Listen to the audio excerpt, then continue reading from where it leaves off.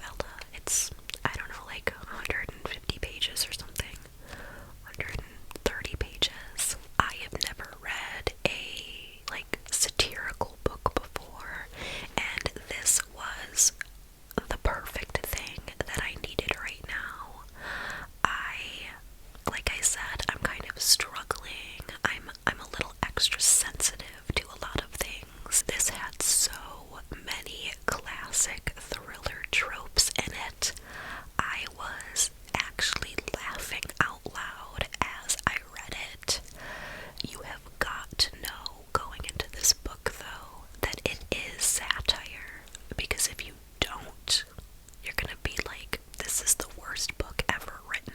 This is so ridiculous, but obviously that's the point.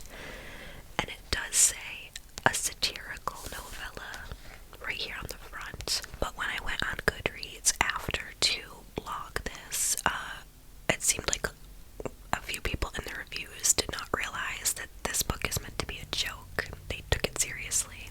I just know that she was cackling